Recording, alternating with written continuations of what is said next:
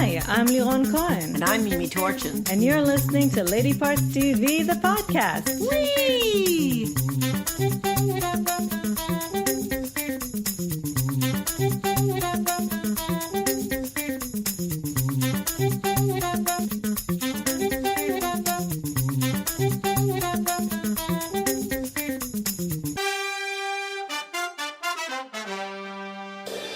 Hi, everybody. Welcome to the first Lady Parts podcast of 2019. Wow, I'm so old. It's history. You're not old. The world is old. The world is ancient. Anyway, hi, everybody. We're going to start with the stats, though we have to warn you, we tallied very few shows because we actually spend most of our week binging on an older show. So we didn't tally that because we're doing only new shows. So we've only tallied 10 shows, primetime, out of which written or co-written 4, which is 40%, and directed by a woman 3, which is 30%. Even having binged, I have to say that I can't believe that we only watched 10 other shows. Well, it's dry season. Yes, but we watched hours of television. We watched movies. We watched a lot of that show, 24 episodes. We watched 24 episodes. Well, we can say what it was. Anyway, we'll get to it in a right. second. So we're going to start. Here's another show that we watched that is a little older.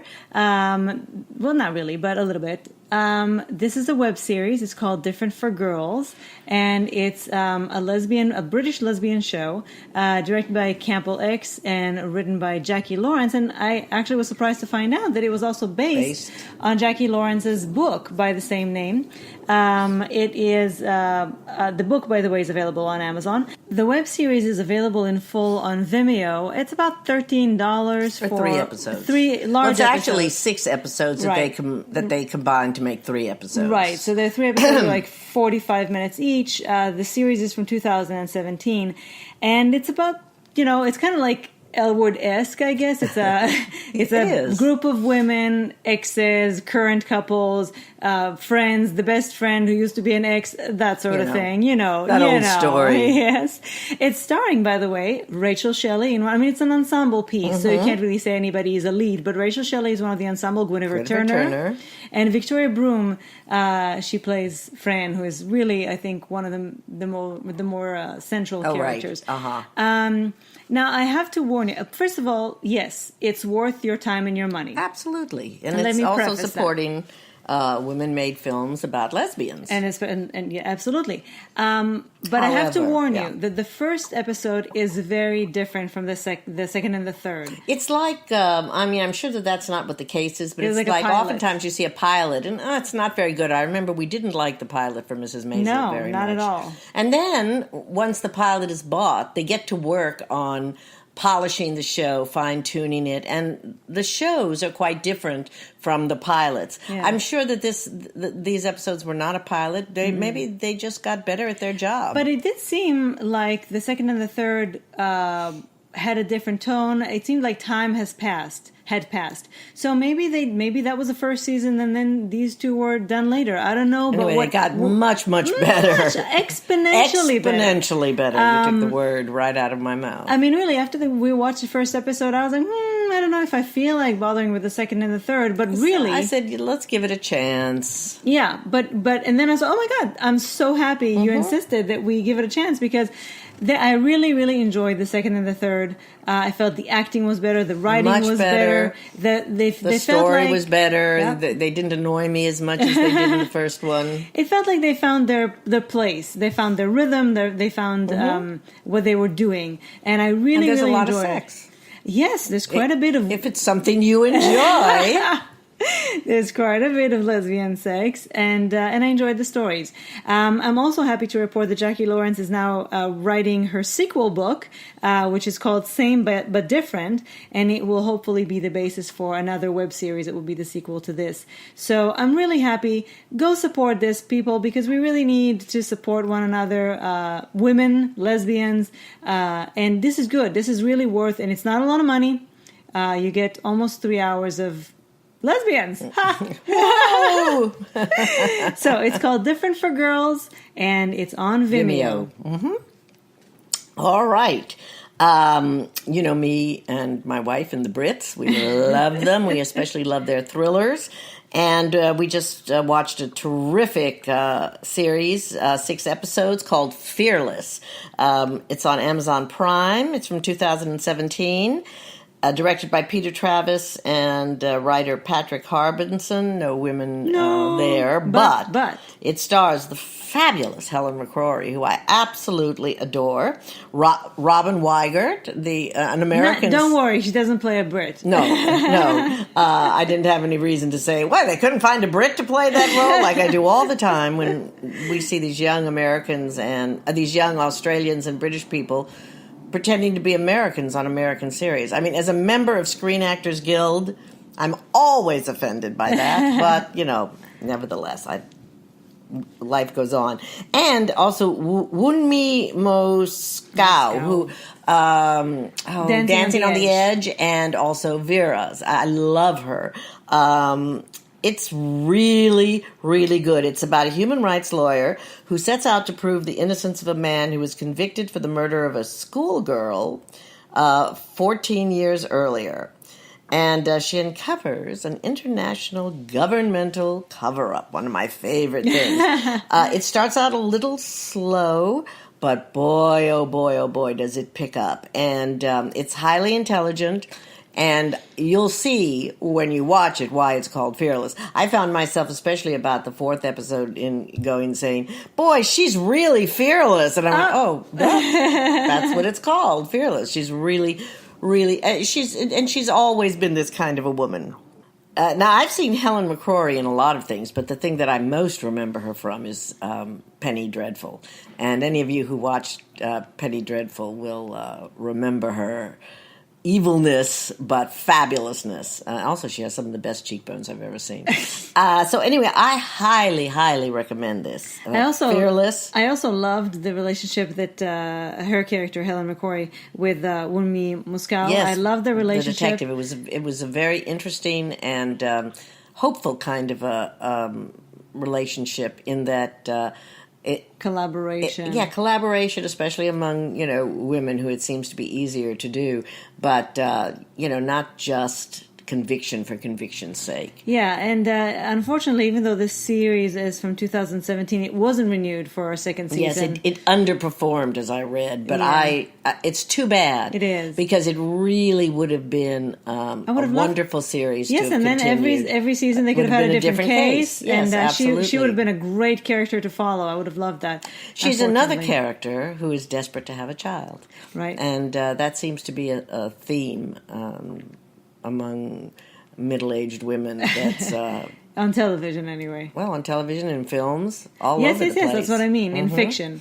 Well, I don't think it's just in fiction. Well, when you see a trope or a theme that's recurring, like I was just reminded the other day about how a lot of these women who have almost a genius in finding truths, uncovering truths, or who are extremely obsessive about finding those truths, seem to always have a mental illness. She doesn't have a mental illness, but I mean, that's another... But she has an obsession. Right. So this is a trope that they oftentimes give women who are extremely devoted to their work. It's like, what's wrong with them? Either an obsession or some kind of a like black box. Yes, or a true mental illness like bipolar disorder. They can explain why they're so brilliant at what they do, or why they're so committed, or why they would rather do that than have children and have a family. Because even Helen McCrory, her character, she wants to have children, but she's terrible at relationships. Yes, and she would never want to give up her work. Exactly, she would never be able to raise a child in that kind of environment. Anyway, you'll watch and you'll see. You'll love it. Fearless on Amazon.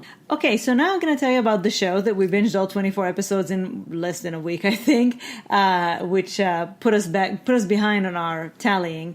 It's called Shtisel. Shtisel. Not Schnitzel. Not Schnitzel, though although I there might could be a have watched mnemonic. something. Yeah. I love Schnitzel. It's an Israeli show from 2013 and 14. It had 2 seasons, 24 episodes altogether. It's finally on Netflix, so you can now watch it with subtitles, and we highly recommend that you do. It will give you a window into a world that As you many love of you know. You love those. Know nothing about the ultra-Orthodox Jewish Hasidim people, a community. This is especially about a family in Jerusalem, the Shtisel family. It's directed by Alon Zingman and written by Ori Elon and Jonathan Indersky, and they're all men. Easy for you to say. They're all men, which I found really surprising because the women of this show, they dominate, except for the father, and they are fabulous. Akiva, yes, the women. First of all, I have to say that while I loved individuals, this did not lessen my aversion to over highly religious sex of any kind. Sect, sect, not sex. Religious sex is kind of an oxymoron, I still get, oh God, how can these people live this way? I mean, it's so crazy.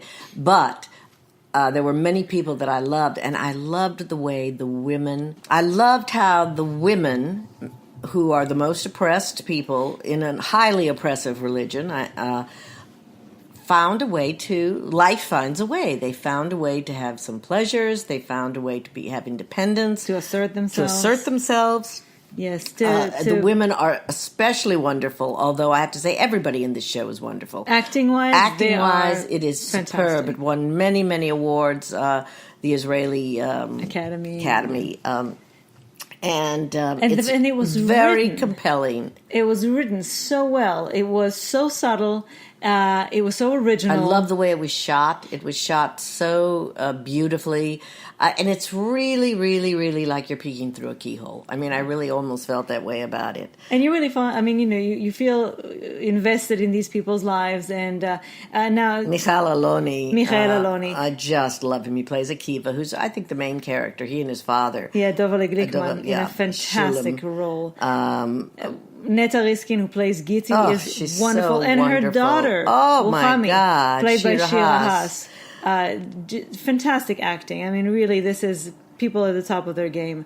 It was so touching. And it's multi-generational. Yes, multi-generational, and you'll hear some Yiddish, and you hear a lot of Hebrew. And I think, even though you would think that this kind of show is niche, I know that at least in the British Netflix, it's trending at number 3, Shtisel. I really, really think you will enjoy it. The humanity is really what sells the humanity? it. The humanity. Well, yeah, sometimes I do feel like it's a burning dirigible. But I think you're going to fall in love with a lot of these people. You're going to want to strangle a couple of them, too. But you will care very much. And I think that I think that the human spirit and how it is being crushed, or how it needs meaning, or how it tries to find a way. Or how, like a flower coming through a crack in the sidewalk in New York, which we see so often. I think all those things are life universal. manages to find its way to bloom in a very grim atmosphere. And this is why I say that even though you will find this world very different and very fascinating, and you will feel a little bit like you're peeping through a keyhole, there are also a lot of things that are universal. Mm-hmm. You will have gotten a taste of this, those of you who watched Disobedience. Absolutely. But this is on a whole different level. Yeah. I mean, that's a 2-hour movie. This is 24 hours of life. And it's an Israeli culture, exactly. which is very different from the British culture. So anyway, it's called Shtisel. It's on Netflix now, all 24 episodes. We urge you to try it. By the way, the first 2 episodes I found were the slowest. The slowest. Of course, as often it seems. Things take a while. I guess you have to establish characters. You have to get to know them, get to care about them. But then it really picks up, and there were days when we watched 7 episodes and could have watched more. Well, I don't think we could have watched more, but we watched up until our eyes were bulging out of our heads, and we were talking a little Yiddish around the house. I started calling the cats Kinderlach. Shana Punam. Anyway, Shtisel. Go watch. Okay, so Mary Queen of Scots. It's in theaters now. It was directed by Josie Rourke, and it was written by Bo Willimon, who did House of Cards, and something else recently we saw, but I don't remember what it was. But anyway, House of Cards. The first, which was the Hulu series about with Sean right, Penn which I really, really liked. This has a little bit more... but it's based on a book, too, so he's adapted it from by book John Guy, right. and it's the rivalry between Mary Stuart and her cousin Elizabeth I for the throne. Both of them think that they should be Queen of England and of the British Isles. Saoirse Ronan and Margot Robbie give fantastic performances. Saoirse Ronan gives her usual.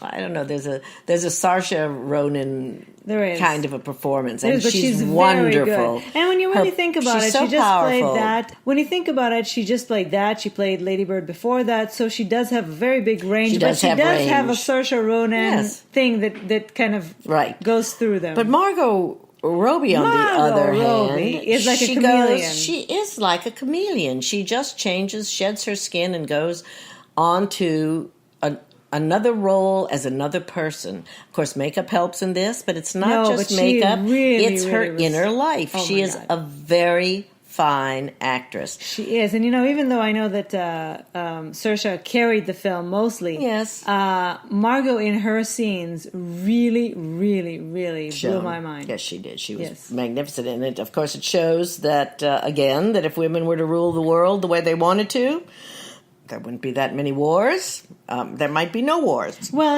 the thing is that even though they were queens, they were manipulated ruling. Always. The men underneath them constantly connived against them, manipulated to do actually what they wanted, rather than let the women do what they wanted. And well, of course, and as far as Mary was concerned, her half-brother really wanted the throne. Well, tough luck. Yes. Screw you, buddy. Now, there are some issues historically, and this also happened in the Schiller play that was on Broadway, and I guess it was in England too. Mary and Elizabeth never actually met. Right. But you just can't have a movie about the two women without a meeting and between their meeting them. Was so and their meeting great. And it was very brilliantly done the way it was done, and you get such insights into them. And as always, when two women are together talking, you see their insides, you see their hearts, you see they can sort of be who they are without fear, even when they're rivals. Mm-hmm. And you can't have this story without a meeting, even though it never happened. And I think the colorblind casting, which I'm all for. Which gave you Gemma Chan, by the way. Yes, and I love Gemma Chan. I just think that in true historical plays and dramas and movies, it is very distracting. I'm conflicted because yes, it is distracting, and I had to actually Google it to make sure that wait a second, this is colorblind casting, right? It's not actually historically correct, but I have to say that. People like Gemma Chan, for example, who would never otherwise have the chance to play some fabulous characters. I'm conflicted about that. But anyway, I'm happy that some are done this way, some are done the other way. There's. I'm fine for anything except for things that are really based on history, but it's all right. It's a wonderful movie. It's also a little slow. It's a wonderful movie, but it's a little slow. It's very violent. Very violent, because it's violent times. It does pick up the second half. Is much more engaging, as almost always. But it kind of came and went to me. It didn't. It wasn't as powerful as I had expected it to be. It didn't leave as much of an impression with me as I had expected. I love the period, so I was a little more engaged by it. Mary Queen of Scots in theaters now, peep. Peep? Peep. Peeps. Beep, beeps. It's me again. It's you again. And it's another film. This is a small film, Private Lives, on Netflix now. Private Life. Oh, sorry. Excuse me. Private Life. You were Private thinking about Lives. I was thinking of Pippa Lee. No, I was thinking of Noel Coward. You were thinking Private about Pippa Lives. Lee. No, I was not thinking of Pippa Lee. I never think of Pippa Lee. We have a running joke about the Private Lives of Pippa Lee. By the way, don't watch it. Yes. We're not recommending Don't it watch. by any stretch of the imagination, even with Robin Wright, right? I think it was, yeah.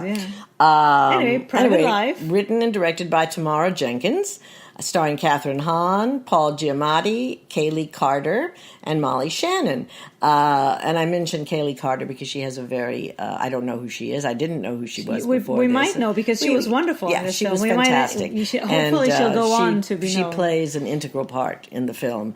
I loathe Paul Giamatti, but he even he couldn't ruin this film for me. I really, really liked it. It was actually one of the better roles I've seen him play. And it's about a couple trying to have a baby in every possible way. That old story. That old story, except this time, even though, again, we have seen it before in different ways, this movie was written so well. I mean, the script was it was a so beautiful good. script, and it was beautifully acted, and very sensitive too. And very funny.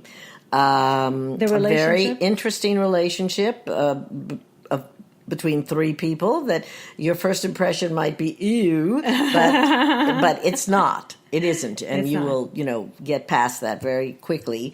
The endless cycle, pun intended, of fertility treatments. It's pretty depressing and frustrating, and exhausting. Yes, and anybody who's been through it will really understand it. Yes, people who haven't been through it will might say, "All right, already, why don't you adopt?" No, but that's they not, do. Yes, they do go there too. It's not always. They're not averse to adopting. Adoption is not always easy.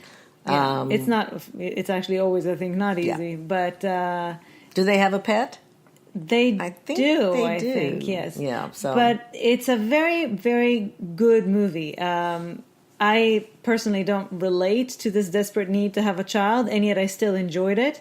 I especially enjoyed the way it was written and acted. I love Catherine Hahn. I always loved Catherine Hahn. I've loved her since Crossing Jordan. Oh, I didn't know. Yes. I didn't see that. But anyway, Private Life on Netflix. It's actually a new movie that they released on Netflix along with a few others because they wanted a lot of people to have access to it before award season. So you get to enjoy quite a few new movies.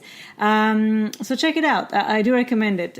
It was very, very sensitive and beautiful. It was a lovely film. The end. So these are our recommendations for this week. We have a couple of shows that we're getting to review for you in a couple of weeks we're very excited about. Wait. We actually won't have to wait. We'll have to wait in telling them about it. Yes, well, we got screeners. But we'll tell you. That way we can be prepared from the get-go. Yes. And I'm so excited that Grace and Frankie's coming back soon. And it's all going to start all over again. I know. I mean... And I still have to watch the last 3 episodes of season 7 of Game of Thrones. You don't have to. I have to. You have until April. No, but we promise. I'm into it again. Yeah, I'm making you a promise on the air that when the finale of Game of Thrones end, you'll get a whole podcast to just talk about the finale of Game of Thrones. How about that? I promise you. Okay. Okay. Do you approve, our audience, our listeners? So. Well, thank you so much for joining us in 2019. Yes, Happy New Year once again. Yeah. I think you can't say Happy New Year enough, especially now that Nancy Pelosi. It sure feels more promising and optimistic. So, we look forward to a whole year of chatting women, TV, and film with you. We hope you tune in every week. And soon enough, we will be posting our alternative to the Oscar blog. Yes, we will. So stay tuned. Have a great weekend. Bye. Bye.